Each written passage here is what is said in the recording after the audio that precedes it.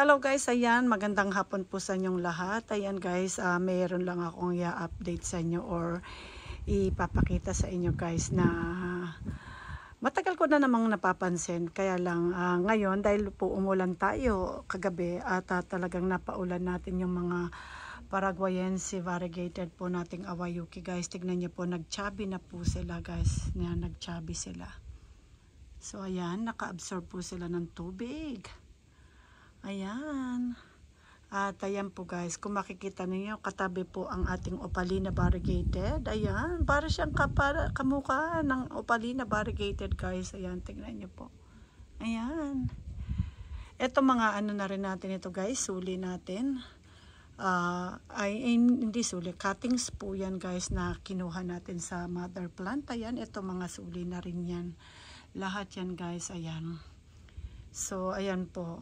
At napansin ko, ayan ang ating Awayuki variegated, ay ang ating Opalina variegated na yan guys. Ayan, parang hindi na sila nagkakalayo. Ayan, halos, nagkakapareho na sila. Tignan niyo po, ayan ang Opalina. Ito po yung Paraguayense natin. Ayan, konti lang yung pagkakaiba guys. Pero, alam niyo ba, magkahibig na sila. Para sila magkamag-anak.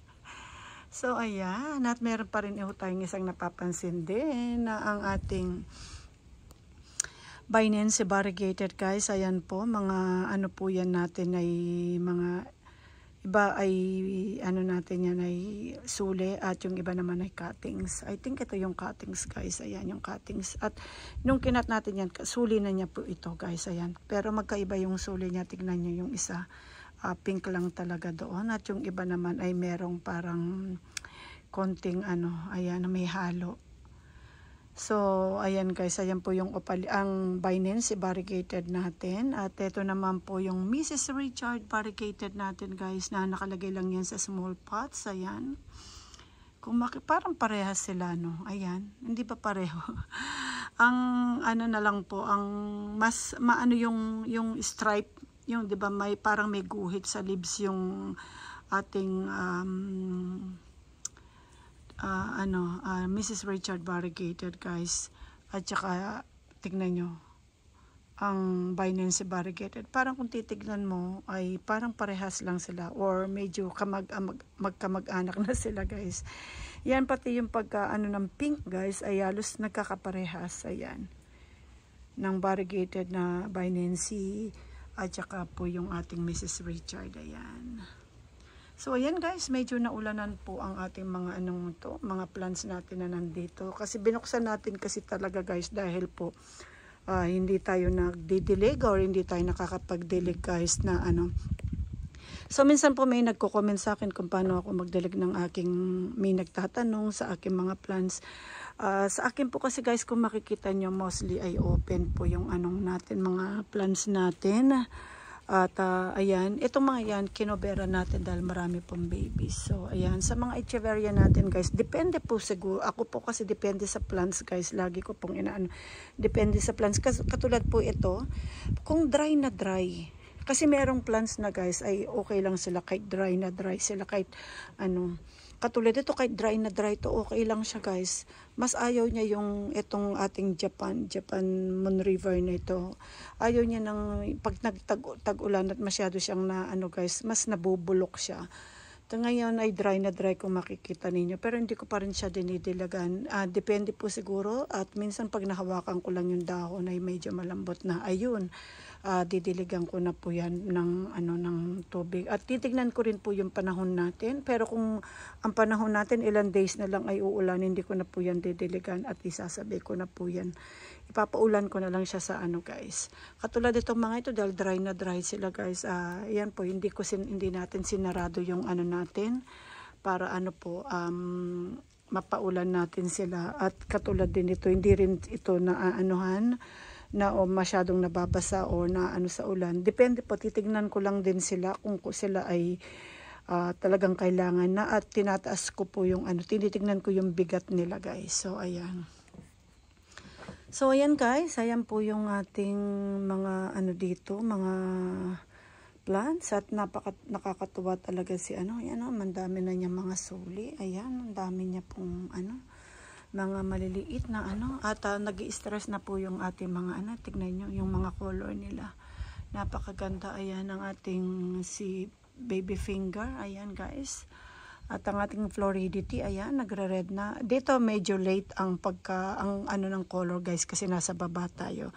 Mas matitingkad yung mga nasa taas guys. Pero kahit na hindi sila ganun katitingkad, maganda pa rin po sila. Napakaganda pa rin nila. So ayan ang ating Borjana variegated guys na crested. Ayan, naalala ko, kala ko $30 ko po siya. $60 pala siya kasi inano ko yung mga rinicall ko yung mga na-purchase ko. Grabe pala ang ano, kaya natutuwa ako sa kanya kasi napapalaki natin siya guys. So maliit lang, muntik na nga itong nabulok guys. Ayan, at yan, parang balak ko na siyang kunin sa kanyang pesto. So tingnan natin yung panahon at para mailagay natin siya sa mas tamang pwesto guys, para maano. Or diyan ka na lang muna. Hindi ko alam guys, depende na lang. Kung hindi mag-grow ng masyado ang ating expatriata beauty na yan. Expatriata beauty. Ang expatriata variegated natin yan guys. So ayan.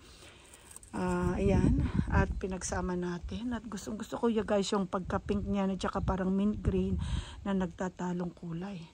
So ayan, napakaganda po nila.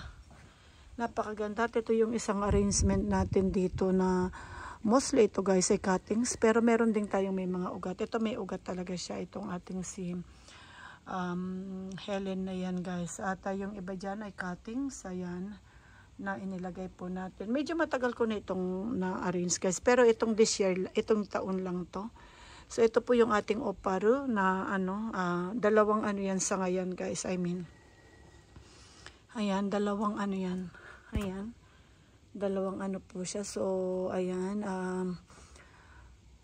lumalaki yan ng gusto guys. So baka yan, sa susunod pwede naman din natin i-propagate. Napakaganda niya guys. Ayan po. Ayan. Pinaulan ko na rin siya guys. Ayan, ganyan ha. Doon ko siya inaharap guys. Kasi sa doon po ang araw kasi. So kung dito ko siya iharap, pag gusto ko lang siyang tignan, inaharap ko dito. Para makita natin ang tama. Pero pag normal po ginaganon ko kasi doon banda ang araw para mas maarawan at maanuhan itong mga nandito natin guys. Itong mga ito cuttings ang lavender fables natin guys. Ayan. So ayan, napakaganda po. At ang ating blue kante na variegated, ayan guys, ayan po. Yan, namatay yung mother, ang root nito guys, cuttings na lang po yan. So ayan, napakaganda niya. Wala pa tayong propagation nito. So siya lang, parang hindi ko na makita yung siguro na bulok guys. Ang ating Luella, wow, napakadami na po nating na-propagate ng ating Luella variegated na yan guys. So ayan, hindi natin yan in-expose pagdating ng winter guys kasi hindi ganun siya katibay sa sa winter. At ang ating sisatang guys, ayan, ang ating Moon River variegated, napakaganda guys, ayan po. So guys, ayan, kahit po itong ating napakamahal natin binili rin itong crested nating ang ratam na ito na medyo malaki guys, ayan, nabulok din. At yan lang po ang mga nakuha natin. Kasi yung nakuha natin guys, talagang nabulok ng gusto ng hindi ko alam bakit ganon. Kasi sobrang taas nga po ng moisture dito sa amin. So ayan, buti ito mukhang napapabuhay na natin guys, ayan. So ang okay lang kasi nga medyo napapabuhay na natin yung natira nating guys. So ayan po. Ayan ang ating mga nandito lang po sa ating update ko lang po sa inyo guys. Ito nga nandito sa may deck natin na mga nasa top shelves po nating mga plants na ayan po, may pagbabago nga po tayong ginawa. Banda rito lang ng konti. At ayan, katulad itong ating si guys, si Pink Vera, linabas na natin, galing po yan doon sa area natin. Dilagay ka natin dito, ayan. Para mas nakikita natin at ang ating variegated po nating ito guys, cubic frost na variegated din natin at meron na yung baby guys, variegated din po. At ang ating ayan, si Monoasa guys, na-cuttings yan guys, cuttings natin na mukhang napaulang ko si Monoasa. Yan, pero hindi naman siguro siya masyadong na, naka-absorb ng maraming tubig dahil banda rito siya. Pero nabasa siya guys, ayan, no? Si Siminoasa. At yung ating mga cuttings dito na mga arrangement itong spring na ito ay mukhang okay na sila guys. Sana nga po guys ay kung pwede, ganyan na lang sila. Pero hindi po dahil nga po sila ay buhay, mag-grow yan. Siguradong mag-grow at makikita po natin yung lupa ng anong yan. Pero guys, sa ganyan po talagang napakaganda nila. Ayan, diyan natin maano ang ganda nila guys. Ayan oh. Kasi nakadikit pa sila sa lupa. Talagang compact pa ang dating nila. So ayan guys, meron lang akong isang namatay diyan at yan, pero nalagyan ko na ayan yung barigata natin. Ayan, yung I think itong si barigatang linagay ko si Rose Rock variegated. Ayan, kinuha nating cuttings na may ugat na rin po yan guys. So ayan, ang gaganda po ng mga nandito natin at napaka-colorful na nila.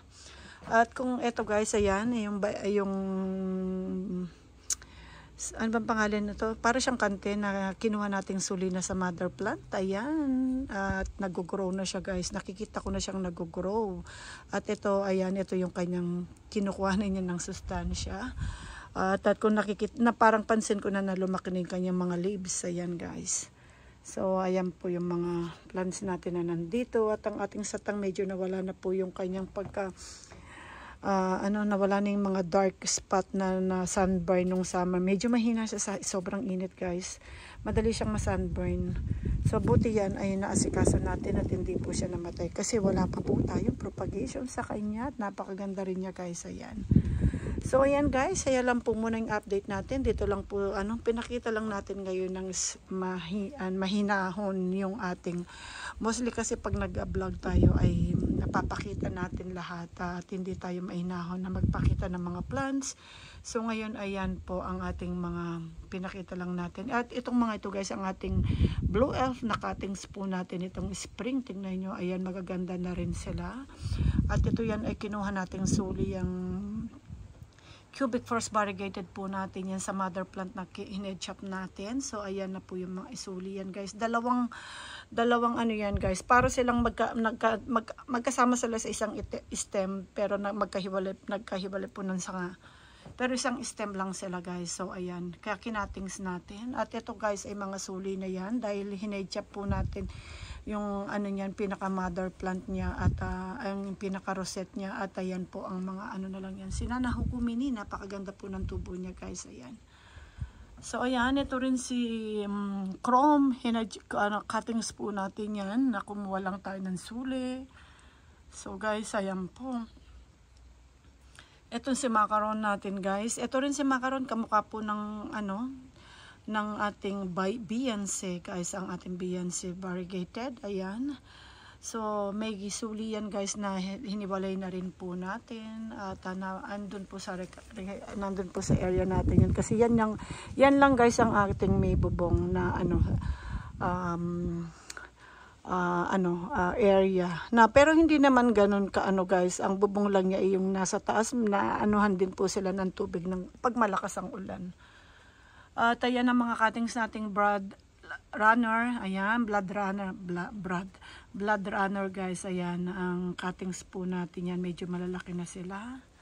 So ayan po guys, ayan po ang update natin banda rito lang sa ating guys, dito lang po sa ating top shelves dito sa deck guys. Ayan po.